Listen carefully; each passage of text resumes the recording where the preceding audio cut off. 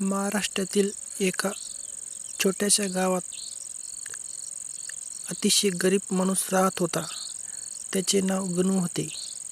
गणू खूप प्रामाणिकपणे आणि मेहनती होता, पण त्याचे नशीब मात्र त्याच्या बाजूने नव्हते. त्याच्याकडं ना शेती होती, ना स्थिर, ना काम. रोज सकाळी तो कामाच्या शोधात गावाबाहेर फिरत असे, पण बहुतेक वेळा त्याला रिकाम्या हाताने घरी परतावे लागे. त्याच्या घरी त्याची पत्नी आणि 2 लहान मुले होती. घरात अनेकदा अन्नही नसे. काही दिवस तर असेही जात की संपूर्ण कुटुंबाला उपाशी झोपावे लागे. गणूला आपल्या कुटुंबाची खूप काळजी वाटत असे. तो रात्री आकाशाकडे पाहून देवाला प्रार्थना करत असे, देवा, माझ्या मुलांना उपाशी ठेवू नकोस. मला काहीतरी काम दे. एके दिवशी गावात काही लोक चर्चा करत होते. ते एका महान संताबद्दल बोलले होते.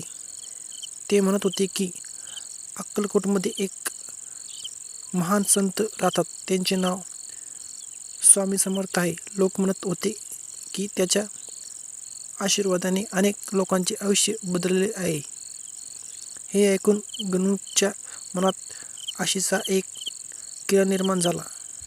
त्याने ठरवले की अक्कलकोट येथे जाऊन स्वामी समर्थ यांचे दर्शन घेईल. दुसऱ्या दिवशी सकाळी तो लवकर उठला आणि पायी चालत अक्कलकोटकडे निघाला. त्याच्याकडे पैसे नव्हते, पण खूप श्रद्धा होती. अनेक तास चालल्यानंतर तो अक्कलकोटमध्ये पोहोचला. तेथे खूप लोक स्वामी समर्थांचे दर्शन घेण्यासाठी आले होते. काही लोक त्यांच्या चमत्काराच्या कथा सांगत होते. गणू शांतपणे एका कोपऱ्यात उभा राहिला आणि स्वामी समर्थाकडे पाहू लागला. थोड्याच वेळात एक आश्चर्यचकित गोष्ट घडली. स्वामी समर्थांनी दूर उभ्या असलेल्या गणूकडे पाहिले आणि त्याला जवळ बोलवले. गणू घाबरत घाबरत त्याच्या जवळ गेला. त्याच्या डोळ्यात अश्रू होते. स्वामी समर्थांनी त्याच्याकडे प्रेमाने पाहिले आणि विचारले, काय रे, इतका दुःखी का दिसतोस? गणूने आपली सगळी कथा सांगितली. त्याने सांगितले की त्याच्याकडे काम नाही, घरात अन्न नाही आणि त्याला आपल्या कुटुंबाची खूप चिंता वाटते. स्वामी समर्थ काही क्षण शांत बसले, पण त्यांनी हसत गणूला सांगितले, काळजी करू नकोस, देवावर विश्वास ठेव. उद्या सकाळी गावात परत जा आणि काम शोध. तुझं नशीब बदलणार आहे. गणूला थोडं आश्चर्य वाटलं, पण त्याला स्वामी समर्थावर पूर्ण विश्वास होता. त्याने नमस्कार केला आणि दुसऱ्या दिवशी आपल्या गावाकडे परतला.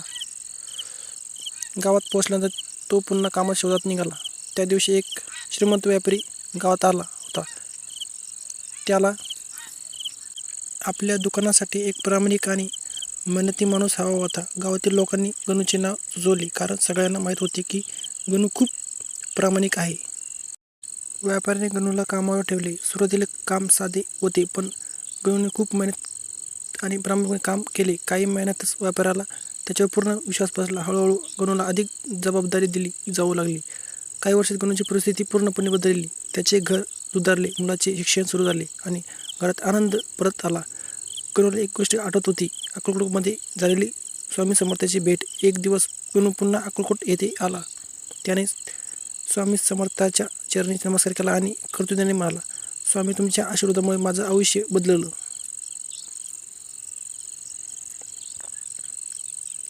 स्वामी समर्थ हसले आणि म्हणाले, श्रद्धा आणि मेहनत असेल तर देव नेहमी मदत करतो. तर मित्रांनो, तुम्हाला हा व्हिडिओ कसा आवडला कमेंटमध्ये नक्की सांगा. चॅनल नवीन असाल तर चॅनलला लाईक, शेअर, सबस्क्राईब नक्की करा मित्रांनो.